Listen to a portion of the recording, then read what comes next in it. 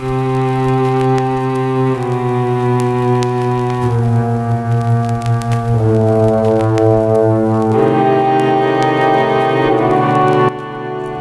gato negro, Edgar Allan Poe. No espero ni pido que alguien crea en el extraño aunque simple relato que me dispongo a escribir. Loco estaría si lo esperara cuando mis sentidos rechazan su propia evidencia. Pero no estoy loco y sé muy bien que esto no es un sueño. Mañana voy a morir. Y quisiera aliviar hoy mi alma. Mi propósito inmediato consiste en poner de manifiesto, simple, sucintamente y sin comentarios, una serie de episodios domésticos. Las consecuencias de esos episodios me han aterrorizado, me han torturado y por fin me han destruido, pero no intentaré explicarlos. Si para mí han sido horribles, para otros resultarán menos espantosos que barrocos. Más adelante tal vez aparecerá alguien cuya inteligencia reduzca mis fantasmas a lugares comunes, una inteligencia más serena, más lógica y mucho menos excitable que la mía, capaz de ver en las circunstancias que temerosamente describiré una vulgar sucesión de causas y efectos naturales. Desde la infancia me destaqué por la docilidad y bondad de mi carácter. La ternura que abrigaba mi corazón era tan grande que llegaba a convertirme en objeto de burla para mis compañeros. Me gustaban especialmente los animales y mis padres me permitían tener una gran variedad. Pasaba a su lado la mayor parte del tiempo y jamás me sentía más feliz que cuando les daba de comer y los acariciaba. Este rasgo de mi carácter creció conmigo y cuando llegué a la virilidad se convirtió en una de mis principales fuentes de placer. Aquellos que alguna vez han experimentado cariño hacia un perro fiel y sagaz no necesitan que me molesten explicarles la naturaleza o la intensidad de la retribución que recibía. Hay algo en el generoso y abnegado amor de un animal que llega directamente al corazón de aquel que con frecuencia ha probado la falsa amistad y la frágil fidelidad del hombre. Me casé joven y tuve la alegría de que mi esposa compartiera mis preferencias. Al observar mi gusto por los animales, no perdía oportunidad de procurarme los más agradables de entre ellos. Teníamos pájaros, peces de colores, un hermoso perro, conejos, un monito y un gato. Este último era un animal de notable tamaño y hermosura, completamente negro y de una sagacidad asombrosa. Al referirse a su inteligencia, mi mujer, que en el fondo era no poco supersticiosa, aludía con frecuencia a la antigua creencia popular de que todos los gatos negros son brujas metamorfoseadas. No quiero decir que lo creyera seriamente y solo menciono la cosa porque acabo de recordarla. Pluton, tal era el nombre del gato, se había convertido en mi favorito y mi camarada. Solo yo le daba de comer y él me seguía por todas partes en casa. Me costaba mucho impedir que anduviera tras de mí en la calle. Nuestra amistad duró así varios años, en el curso de los cuales, y enrojezco al confesarlo, mi temperamento y mi carácter se alteraron radicalmente por culpa del demonio. Intemperancia. Día a día me fui volviendo más melancólico, irritable e indiferente hacia los sentimientos ajenos. Llegué incluso a hablar descomedidamente a mi mujer y terminé por infligirle violencias personales. Mis favoritos, claro está, sintieron igualmente el cambio de mi carácter. No solo los descuidaba, sino que llegué a hacerles daño.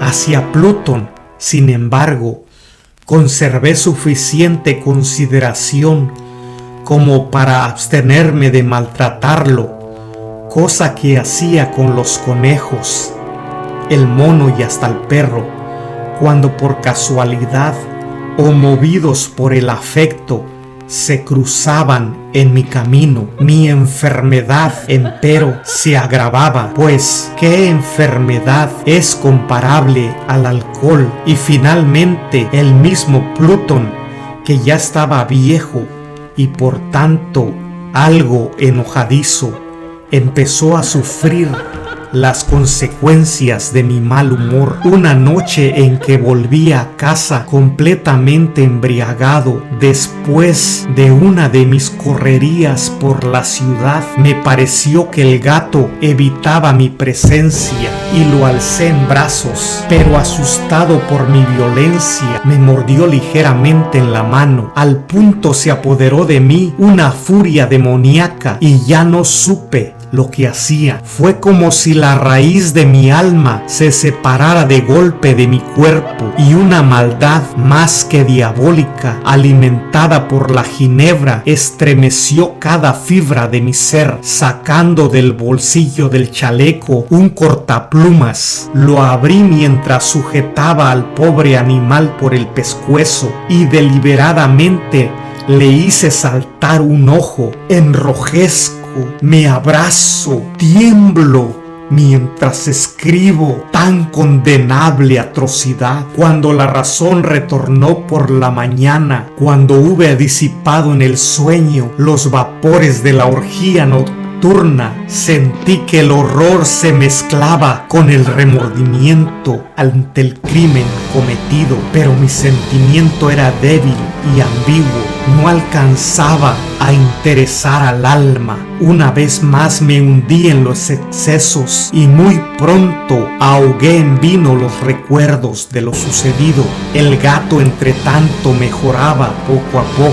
Cierto que la órbita donde faltaba el ojo presentaba un horrible aspecto, pero el animal no parecía sufrir ya. Se paseaba como de costumbre por la casa, aunque como es de imaginar, huía aterrorizado al verme. Me quedaba aún bastante de mi antigua manera de ser para sentirme agraviado por la evidente antipatía de un animal que alguna vez me había querido tanto. Pero ese sentimiento no tardó en ceder paso a la irritación.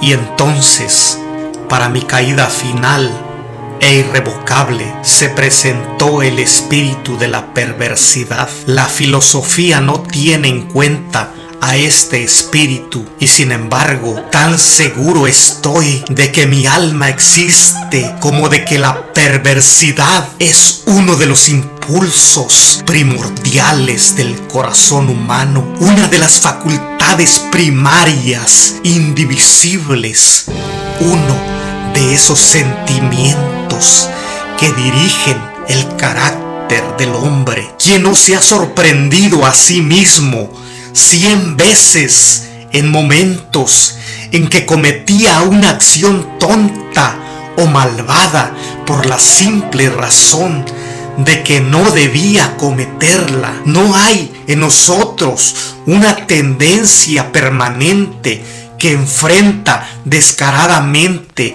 al buen sentido, una tendencia a transgredir lo que constituye la ley por el solo hecho de serlo? Este espíritu de perversidad se presentó, como he dicho, en mi caída final, y el insondable anhelo que tenía mi alma de dejarse a sí misma, de violentar su propia naturaleza, de hacer mal por el mal mismo, me incitó a continuar y finalmente a consumar el suplicio que había infligido a la inocente bestia. Una mañana, obrando a sangre fría, le pasé un lazo por el pescuezo y lo ahorqué en la rama de un árbol. Lo ahorqué mientras las lágrimas manaban de mis ojos y el más amargo remordimiento me apretaba el corazón. Lo ahorqué porque recordaba que me había querido y porque estaba seguro de que no me había dado motivo para matarlo. Lo ahorqué porque sabía que Al hacerlo, cometía un pecado mortal que comprometería mi alma hasta llevarla, si ello fuera posible, más allá del alcance de la infinita misericordia del Dios más misericordioso y más terrible. La noche de aquel mismo día en que cometí tan cruel acción, me despertaron gritos de ¡incendio! Las cortinas de mi cama eran una llama viva y toda la casa estaba ardiendo. Con gran dificultad pudimos escapar de la conflagración. Mi mujer, un sirviente y yo. Todo quedó destruido. Mis bienes terrenales se perdieron y desde ese momento tuve que resignarme a la desesperanza. No incurriré en la debilidad de establecer una relación de causa y efecto entre el desastre y mi criminal acción, pero estoy detallando una cadena de hechos y no quiero dejar ningún eslabón incompleto. Al día siguiente del incendio, acudí a visitar las ruinas, salvo una. Las paredes se habían desplomado. La que quedaba en pie era un tabique divisorio de poco espesor, situado en el centro de la casa y contra el cual se apoyaba antes la cabecera de mi lecho. El enlucido había quedado a salvo de la acción del fuego, cosa que atribuí a su reciente aplicación. Una densa muchedumbre se había reunido frente a la pared y varias personas parecían examinar parte de la misma con gran atención y detalle. Las palabras extraño, curioso y otras similares excitaron mi curiosidad. Al aproximarme, vi que en la blanca superficie grabada como un bajo relieve aparecía la imagen de un gigantesco gato. El contorno tenía una nitidez verdaderamente maravillosa. Había una soga alrededor del pescuezo del animal. Al descubrir esta aparición, ya que no podía considerarla otra cosa, me sentí dominado por el asombro y el terror, pero la reflexión vino en mi ayuda. Recordé que había ahorcado al gato en un jardín contiguo a la casa. Al producirse la alarma del incendio, la multitud había invadido inmediatamente el jardín. Alguien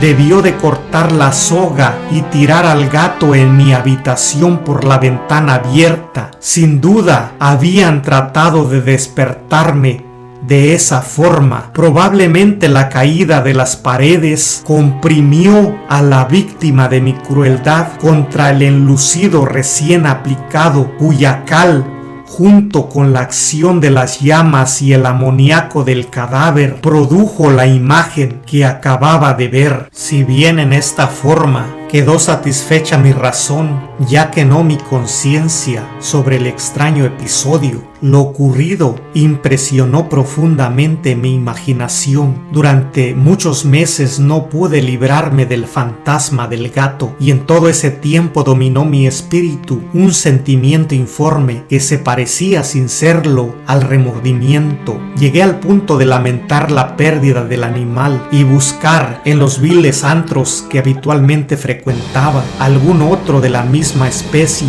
y apariencia que pudiera ocupar su lugar. Una noche en que, borracho a medias, me hallaba en una taberna más que infame, reclamó mi atención algo negro posado sobre uno de los enormes toneles de ginebra que constituían el principal moblaje del lugar. Durante algunos minutos había estado mirando dicho tonel y me sorprendió no haber advertido antes la presencia de la mancha negra en lo alto. Me aproximé y la toqué con la mano. Era un gato negro muy grande, tan grande como Plutón y absolutamente igual a este, salvo un detalle. Pluto no tenía el menor pelo blanco en el cuerpo, mientras este gato mostraba una vasta, aunque indefinida mancha blanca que le cubría casi todo el pecho. Al sentirse acariciado, se enderezó prontamente, ronroneando con fuerza, se frotó contra mi mano y pareció encantado de mis atenciones. Acababa, pues, de encontrar el animal que precisamente andaba buscando. De inmediato propuse su compra al tabernero, pero me contestó que el animal no era suyo y que jamás lo había visto antes, ni sabía nada de él. Continué acariciando al gato y cuando me disponía a volver a casa, el animal pareció dispuesto a acompañarme. Le permití que lo hiciera, deteniéndome una y otra vez para inclinarme y acariciarlo. Cuando estuvo en casa, se acostumbró a ella de inmediato y se convirtió en el gran favorito de mi mujer. Por mi parte, pronto sentí nacer en mí una antipatía hacia aquel animal. Era exactamente lo contrario de lo que había anticipado, pero sin que pueda decir cómo ni por qué, su marcado cariño por mí me disgustaba y me fatigaba. Gradualmente, el sentimiento de disgusto y fatiga creció hasta alcanzar la amargura del odio. Evitaba encontrarme con el animal. Un resto de vergüenza y el recuerdo de mi crueldad de antaño me vedaban de maltratarlo. Durante algunas semanas me abstuve de pegarle o de hacerlo víctima de cualquier violencia, pero gradualmente,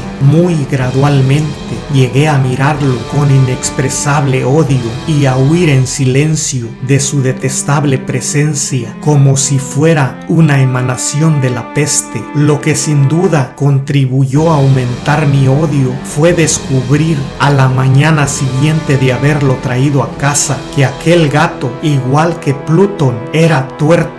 Esta circunstancia fue precisamente lo que lo hizo lo más grato a mi mujer, quien, como ya dije, poseía en alto grado esos sentimientos humanitarios que alguna vez habían sido mi rasgo distintivo y la fuente de mis placeres más simples y más puros. El cariño del gato por mí parecía aumentar en el mismo grado que mi aversión. Seguía mis pasos con una pertinencia que me costaría hacer entender al lector. Donde quiera que me sentara venía a ovillarse bajo mi silla o saltaba a mis rodillas, prodigándome sus odiosas caricias. Si echaba a caminar, se metía entre mis pies, amenazándome con hacerme caer, o bien clavaba sus largas y afiladas uñas en mis ropas para poder trepar hasta mi pecho. En esos momentos, aunque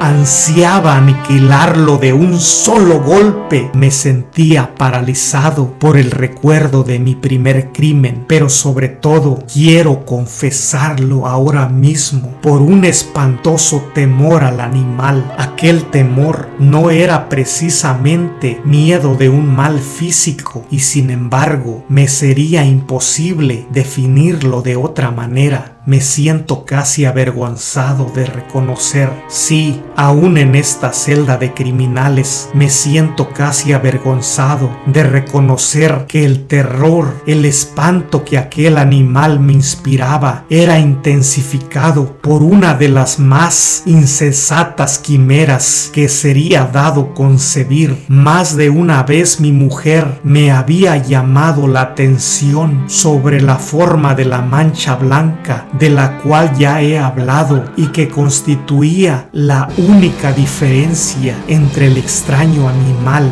y el que yo había matado. El lector recordará que esta mancha, aunque grande, me había parecido al principio de forma indefinida, pero gradualmente de manera tan imperceptible que mi razón luchó durante largo tiempo por rechazarla como fantástica. La mancha fue asumiendo un contorno de rigorosa precisión. Presentaba ahora algo que me estremezco al nombrar, y por ello odiaba, temía y hubiera querido librarme del monstruo si hubiese sido capaz de atreverme. Representaba, digo, la imagen de una cosa atroz, siniestra, la imagen del patíbulo. Oh, lúgubre y terrible máquina del horror y del crimen, de la agonía y de la muerte. Me sentí entonces más miserable que todas las miserias humanas. Pensar que una bestia cuyo semejante había yo destruido desdeñosamente, una bestia era capaz de producir tan insoportable angustia en un hombre creado a imagen y semejanza de Dios. Ay, ni de día ni de noche pude ya gozar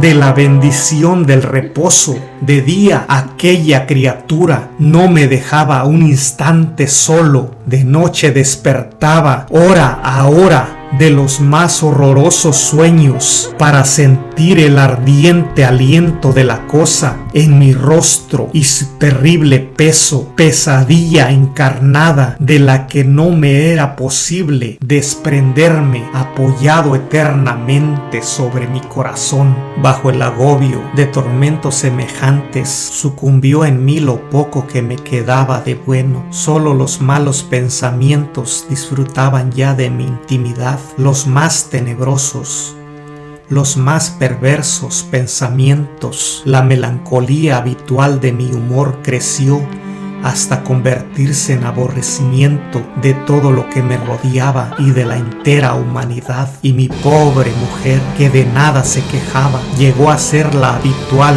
y paciente víctima de los repentinos y frecuentes arrebatos de ciega cólera a la que me abandonaba. Cierto día, para cumplir una tarea doméstica, me acompañó al sótano de la vieja casa donde nuestra pobreza nos obligaba a vivir. El gato me seguía mientras bajaba la empinada escalera y estuvo a punto de tirarme cabeza abajo, lo cual me exasperó hasta la locura. Alzando un hacha y olvidando en mi rabia los pueriles temores que hasta entonces habían detenido mi mano, descargué un golpe que hubiera matado instantáneamente al animal de haberlo alcanzado, pero la mano de mi mujer detuvo su trayectoria. Entonces, llevado por su intervención a una rabia más que demoníaca, me zafé de su brazo y le hundí el hacha en la cabeza. Sin un solo quejido, cayó muerta a mis pies. Cumplido este espantoso asesinato, me entregué al punto y con toda sangre fría a la tarea de ocultar el cadáver. Sabía que era imposible sacarlo de casa, tanto de día como de noche, sin correr el riesgo de que algún vecino me observara.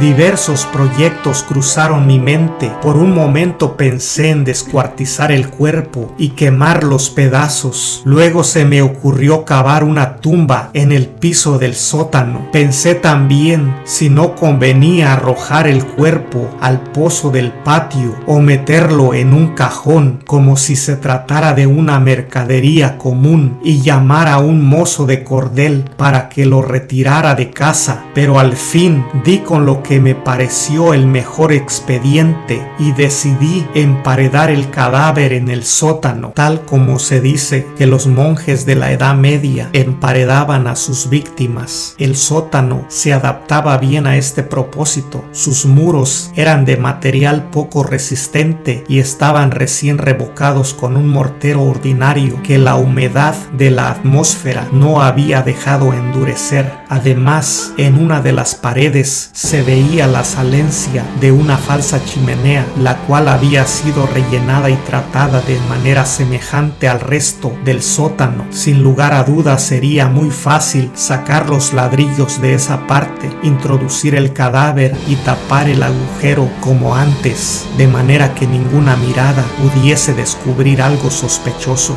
No me equivocaba en mis cálculos. Fácilmente saqué los ladrillos ladrillos con ayuda de una palanca y luego de colocar cuidadosamente el cuerpo contra la pared interna, lo mantuve en esa posición mientras aplicaba de nuevo la mampostería en su forma original. Después de procurarme argamasa, arena y cerda, preparé un enlucido que no se distinguía del anterior y revoqué cuidadosamente el nuevo enladrillado. Concluida la tarea, me sentí seguro de que todo estaba bien. La pared no mostraba la menor señal de haber sido tocada. Había barrido hasta el menor fragmento de material suelto. Miré en torno triunfante y me dije: aquí por lo menos no he trabajado en vano. Mi paso siguiente consistió en buscar a la bestia causante de tanta desgracia, pues al final me había decidido a matarla. Si en aquel momento el gato hubiera surgido ante mí, su destino habría quedado sellado, pero por lo visto el astuto animal, alarmado por la violencia de mi primer acceso de cólera, se cuidaba de aparecer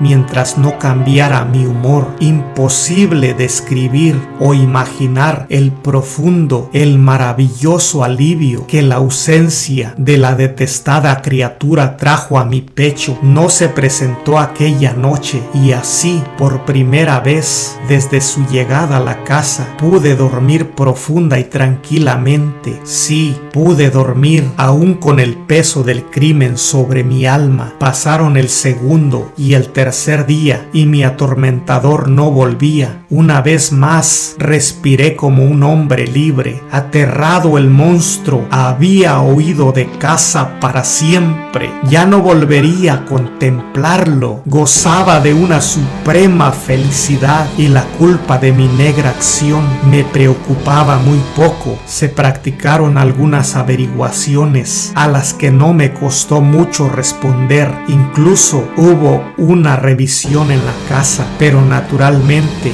no se descubrió nada. Mi tranquilidad futura me parecía asegurada. Al cuarto día del asesinato, un grupo de policías se presentó inesperadamente y procedió a una nueva y rigurosa inspección. Convencido de que mi escondrijo era impenetrable, no sentí la más leve inquietud. Los oficiales me pidieron que los acompañara en su examen. No dejaron hueco ni rincón sin revisar. Al final, por tercera o cuarta vez, bajaron al sótano. Los seguí sin que me temblara un solo músculo. Mi corazón latía tranquilamente como el de aquel que duerme en la inocencia. Me paseé de un lado a otro del sótano. Había cruzado los brazos sobre el pecho y andaba tranquilamente de aquí para allá. Los policías estaban completamente satisfechos y se disponían a marcharse. La alegría de mi corazón era demasiado grande para reprimirla. Ardía en deseos de decirles por lo menos una palabra como prueba de triunfo y confirmar doblemente mi inocencia. Caballeros, dije por fin cuando el grupo subía la escalera, me alegra mucho de haber disipado sus sospechas. Les deseo felicidad y un poco más de cortesía. Dicho sea de paso, caballeros, esta casa está muy bien construida. En mi frenético deseo de decir alguna cosa con naturalidad, casi no me daba cuenta de mis palabras. Repito que es una casa de excelente construcción. Estas paredes, ya se van ustedes, caballeros, tienen una gran solidez. Y entonces, arrastrado por mis propias bravatas, golpeé fuertemente con el bastón que llevaba en la mano sobre la pared del enladrillado,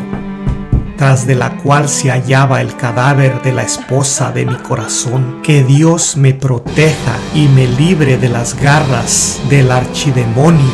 Apenas había cesado el eco de mis golpes cuando una voz respondió desde dentro de la tumba, un quejido sordo y entrecortado al comienzo, semejante al sollozar de un niño que luego creció rápidamente hasta convertirse en un largo, agudo y continuo alarido, anormal, como inhumano, un aullido, un clamor de lamentación, mitad horror, mitad de triunfo, como solo puede haber brotado en el infierno de la garganta de los condenados en su agonía y de los demonios exultantes en la condenación. Hablar de lo que pensé en ese momento sería locura. Presa de vértigo, fui tambaleándome hasta la pared opuesta. Por un instante el grupo de hombres en la escalera quedó paralizado por el terror. Luego, una docena de robustos brazos atacaron la pared, que cayó de una pieza. El cadáver, ya muy corrompido y manchado de sangre coagulada, apareció de pie ante los ojos de los espectadores. Sobre su cabeza, con la roja boca abierta y el único ojo como de fuego, estaba agazapada la horrible bestia, cuya astucia me había inducido al asesinato y cuya voz delatora me entregaba al verdugo. Había emparedado al monstruo en la tumba.